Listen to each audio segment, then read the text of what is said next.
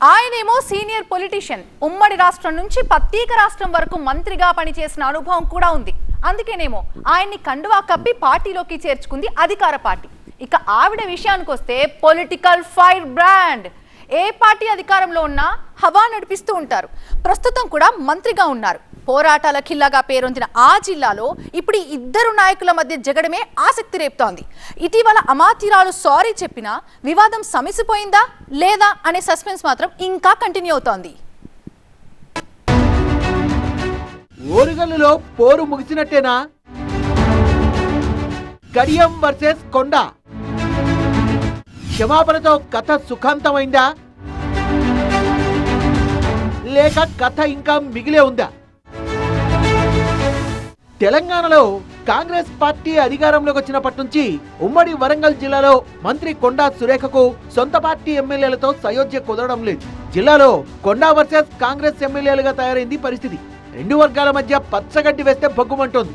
కాంగ్రెస్ ఎమ్మెల్యేలపై కొండా సురేఖ దంపతుల విమర్శలు, ఎమ్మెల్యేల ప్రతి విమర్శలతో దాదాపు 2 ఏళ్లు గడిచిపోయాయి. కొండా దంపతులపై పార్టీ క్రమశిక్షణ కమిటీకి కాంగ్రెస్ ఎమ్మెల్యేలంతా మూకుమ్మడిగా ఫిర్యాదులు చేయడంతో ఈ అంశంపై విచారణ కూడా జరుగుతోంది. ముఖ్యంగా మాజీ మంత్రి కడియం శ్రీహరితో మంత్రి కొండా సురేఖ ఫ్యామిలీకి విభేదాలు తారాస్థాయిలో ఉన్నాయి. స్టేషన్ ఘన్పూర్ నుంచి బీఆర్ఎస్ ఎమ్మెల్యేగా గెలిచిన కడియం శ్రీహరి కాంగ్రెస్ పార్టీలో చేరినప్పటి నుంచి వీళ్ల మధ్య ఎడముఖం పెడముఖం అన్నట్టుగానే పరిస్థితి కొనసాగుతోంది. గతంలో కడియం శ్రీహరిని టార్గెట్ చేశారు మంత్రి కొండా సురేఖ. ఉమ్మడి వరంగల్ జిల్లాలో మంత్రిగా ఉన్న తన ముందు కూర్చోడానికి సీనియర్ ఎమ్మెల్యే కడియం శ్రీహరి నామోషిగా ఫీల్ అవుతున్నారని ఘాటు వ్యాఖ్యలు చేశారు. తన మంత్రి పదవి పోతుందంటూ కడియం తప్పుడు ప్రచారం చేస్తున్నారని సీఎం రేవంత్ రెడ్డి, జిల్లా ఇన్ఛార్జి మంత్రి పొంగులేటి వద్ద లేనిపోనివన్నీ చెప్పి తప్పుగా చిత్రీకరిస్తున్నారని ఆవేదన వ్యక్తం చేశారు. టీడీపీలో నడిచినట్టు ఇక్కడ కూడా నడిపించాలని ఆయన అనుకుంటున్నారని మాట్లాడారు. కడియం కుమార్తె కావ్యకు అదృష్టం ఉండడం వల్లే వరంగల్ ఎంపీ అయ్యారని, తన కుమార్తె సుస్మితా పటేల్ కు అదృష్టం లేక ఎమ్మెల్యే కాలేదన్నారు.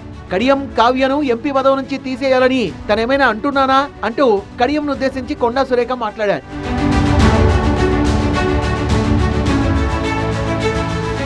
కడియం శ్రీహరి టార్గెట్ గా మంత్రి కొండా సురేఖ భర్త మాజీ ఎమ్మెల్సీ కొండా మురళి సైతం గతంలో తీవ్ర విమర్శలకు దిగారు.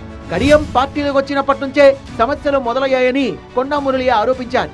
కడియం శ్రీహరి స్టేషన్ ఘన్పూర్ కాంగ్రెస్ ఇన్ఛార్జ్ ఇందిరకు చుక్కలు చూపిస్తున్నారని, స్టేషన్ ఘన్పూర్ లో ఇందిర అనుచరుల్ని కడియం శ్రీహరి టార్చర్ చేస్తున్నారని పార్టీ క్రమశిక్షణ కమిటీకి ఫిర్యాదు చేశారు కొండా మురళి.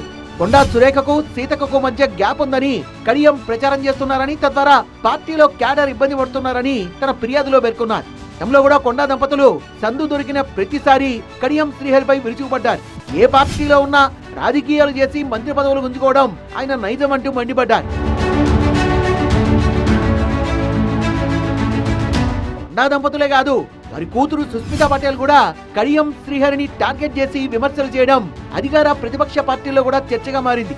కొద్ది రోజుల క్రితం కొండా సురేఖ ఓఎస్డీ సుమంత్ తొలగింపు అనంతరం జరిగిన పరిణామాల నేపథ్యంలో కడియం శ్రీహరి పేరు హాట్ టాపిక్ గా మారింది. కొండా దంపతుల కూతురు సుస్మితా పటేల్ రేవంత్ రెడ్డి, వేం నరేందర్ రెడ్డి, పొంగులేటి శ్రీనివాస్ రెడ్డితో పాటు కడియం శ్రీహరిపై కూడా విమర్శలు చేశారు. తన తల్లిని టార్గెట్ చేశారని ఆరోపణలు చేశారు. వాళ్ళంతా కలిసి మంత్రి పదవిని గుంజుకునే ప్రయత్నాలు చేస్తున్నారని, బీసీ బిడ్డని ఇబ్బంది పెడుతున్నారని ధ్వజమెత్తారు. కొండా సురేఖను మంత్రి పదవి నుంచి తొలగిస్తే ఆ స్థానంలో తాను మంత్రి అవ్వాలని కడియం కుట్రలు చేస్తున్నారంటూ సుస్మిత తీవ్ర వ్యాఖ్యలు చేశారు. తరువాత జరిగిన పరిణామాల నేపథ్యంలో కొండా దంపతులు సీఎంని కలిసి కాసేపు ముచ్చటించుకుని శాల్వాతో సత్కరించడంతో సమస్య సద్దుమణిగింది. తమ మధ్య ఎలాంటి విభేదాలు లేవని మీడియా ముఖంగా రేవంత్ రెడ్డికి క్షమాపణ చెప్పిన కొండా సురేఖ సమస్య సద్దుమణిగిందని, ఆ వివాదం జస్ట్ టీ కప్పులో తుఫాన్ లాంటిదని కొట్టిపారేశారు. కాంగ్రెస్ కుటుంబంలో ఇలాంటి కలహాలు కామనని లైట్ తీసుకున్నారు కొండా సురేఖ. మా పాప ఏదైతే ఆ రోజు అంటే కొంత పోలీసు రావడం వల్ల ఆవేశంలో ముఖ్యమంత్రి గారిని కొంత మాట్లాడడం ఏదైతుందో దాని విషయంలో నేను క్షమాపణ చెప్తూ మాదంతా కూడా అందరం సర్దుకొని ముందుకెళ్తాం.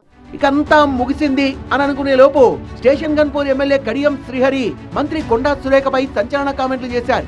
కొండా సురేఖ ఎపిసోడ్ ముగిసిందని, ఇక తనేం మాట్లాడబోనని, ఇక గొడవ ముగిసినట్టేనే అంటూనే తనెప్పుడు రౌడీయిజం, గూండాయిజం సెటిల్మెంట్లు చేస్తూ వసూళ్లకు పాల్పడలేదని పరోక్షంగా కొండా దంపతుల్ని టార్గెట్ చేశారు.